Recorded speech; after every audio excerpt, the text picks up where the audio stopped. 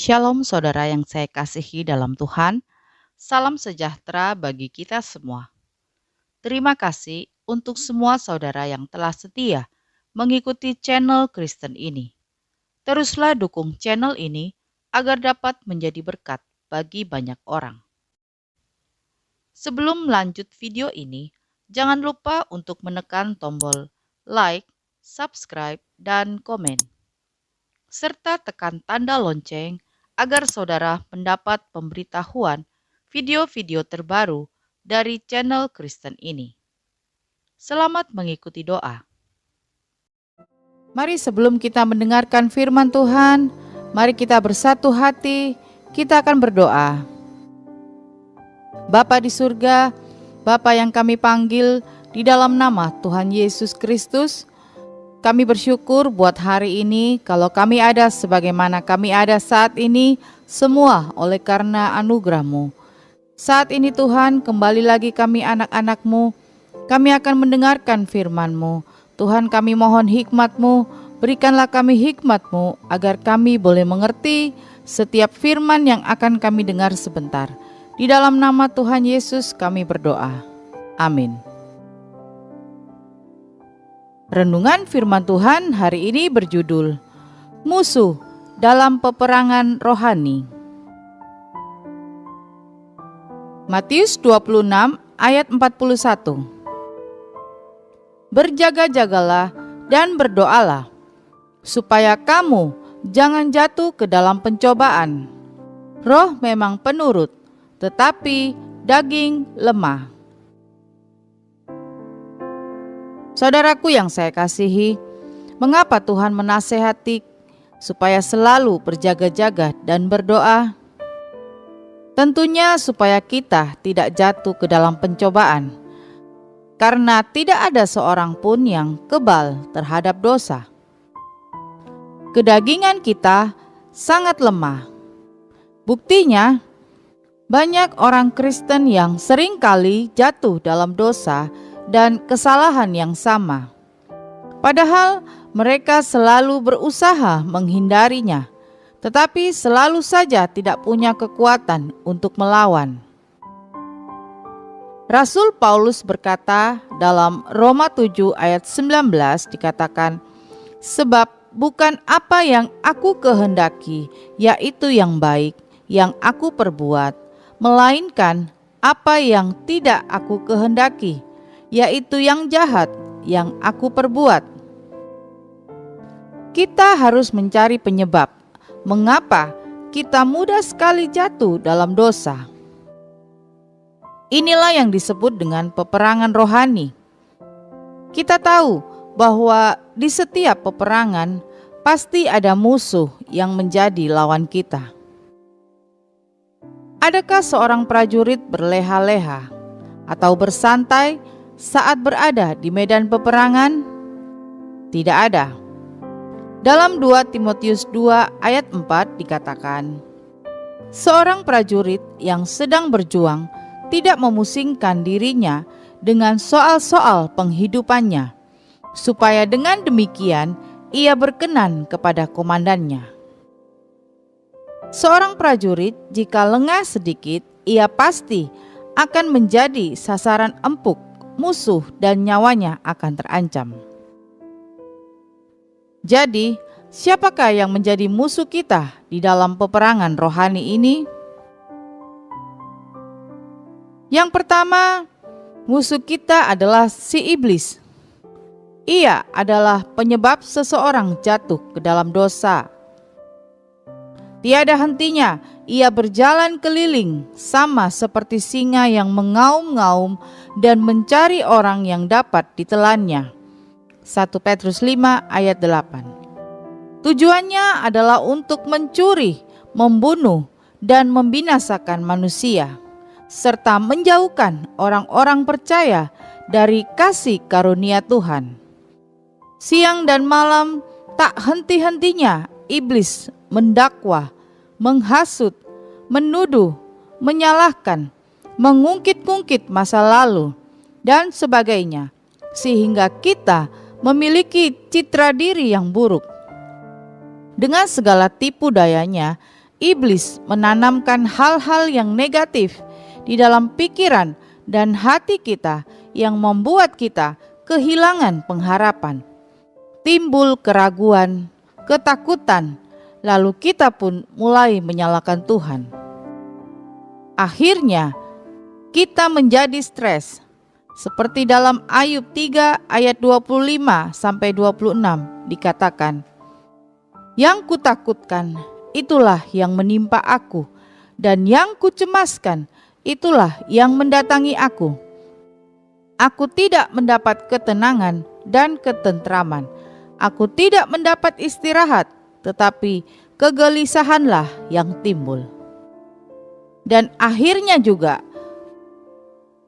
dalam Yakobus 1 ayat 14, "Tetapi tiap-tiap orang dicobai oleh keinginannya sendiri, karena ia diseret dan dipikat olehnya." Jadi iblis membuat kita terjatuh di dalam dosa. Kemudian musuh yang kedua. Musuh kedua kita dalam peperangan rohani adalah kedagingan kita sendiri, karena seringkali membuat kita mudah jatuh ke dalam pencobaan. Keinginan daging yang membuka celah dan akhirnya menyeret kita. Yakobus 1 ayat 15. "Dan apabila keinginan itu telah dibuai, ia melahirkan dosa. Dan apabila dosa itu sudah matang, ia melahirkan maut." Musuh inilah yang tidak kita sadari tetapi sangat berbahaya. Kedagingan atau kelemahan tubuh seringkali dimanfaatkan iblis untuk membangkitkan keinginan kita melakukan perbuatan-perbuatan yang menyimpang dari kebenaran firman Tuhan. Apalagi setiap hari kita diperhadapkan pada tawaran-tawaran dunia yang menggiurkan dan yang meninabobokan. Melalui berbagai media cetak maupun elektronik, media sosial, aneka ragam informasi disuguhkan kepada kita. Mulai dari berita yang menakutkan, menghibur, sampai hal-hal yang membangkitkan hawa nafsu sesungguhnya. Dunia ini sedang lenyap dengan keinginannya. 1 Yohanes 2 ayat 17.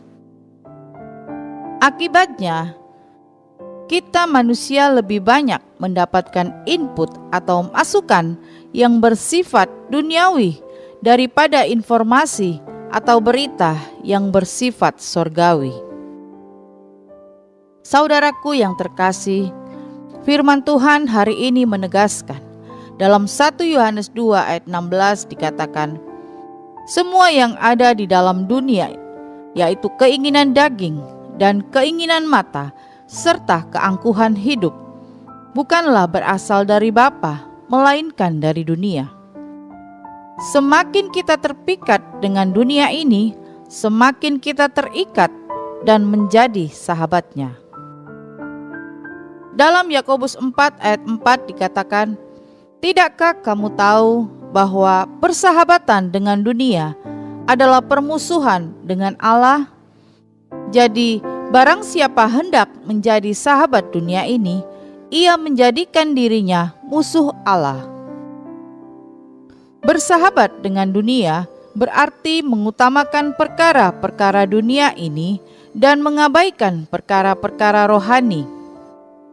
Inilah yang dikehendaki iblis bagi kita. Karena itu, jangan membuka celah terhadap keinginan daging kita yang menimbulkan pencobaan dan yang membuat kita jatuh dalam dosa. Mustahil kita akan menang atas pencobaan jika kita tidak dekat dengan Tuhan. Bagaimana kita dekat dengan Tuhan? Yakni dengan meningkatkan jam-jam doa kita untuk bersekutu dan bersaat teduh dengan Tuhan. Mari saudara, kita mau melekat dengan Tuhan. Melekat artinya menempel terus dengan Tuhan. Mari kita melekat dengan Tuhan. Dengan melekat kepada Tuhan, setiap saat Roh-Nya akan menolong kita dan menguatkan kita menghadapi setiap pencobaan yang ada. Roma 8 ayat 26. Roh membantu kita dalam kelemahan kita. Jadi, jika kita melekat dengan Tuhan, kita akan memenangkan peperangan rohani kita. Amin. Mari kita berdoa.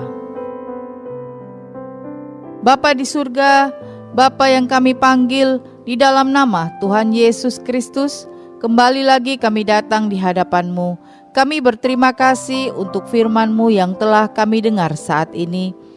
Firman-Mu yang sudah menguatkan kami. Kami mau melekat dengan-Mu agar kami tidak jatuh ke dalam dosa. Kami percaya ketika kami dekat dengan Tuhan, Roh Tuhan akan selalu menguatkan kami di dalam kami melalui setiap pergumulan kami. Terima kasih Tuhan untuk firman-Mu. Saat ini juga Tuhan, kami serahkan hidup kami ke dalam tangan Tuhan. Sepanjang malam hari ini, Tuhan menyertai, Tuhan menjagai, Tuhan melindungi. Biarlah pasukan malaikat sorga berkeliling di atas kami. Bangunkan kami besok pagi dengan tubuh yang sehat, kuat, dan tidak kekurangan suatu apapun. Dan kami boleh kembali lagi beraktivitas dengan baik. Dan kami akan gunakan tubuh ini untuk kemuliaan nama-Mu. Terima kasih Tuhan, terima kasih. Kami percaya Engkau sudah mendengarkan semua doa-doa kami. Kami sudah berdoa di dalam nama Tuhan Yesus Kristus. Haleluya. Amin. Puji Tuhan, kita sudah berdoa. Saya percaya kita sudah diberkati. Sampai berjumpa kembali dalam doa pagi kita besok. Selamat malam, selamat beristirahat. Tuhan Yesus memberkati.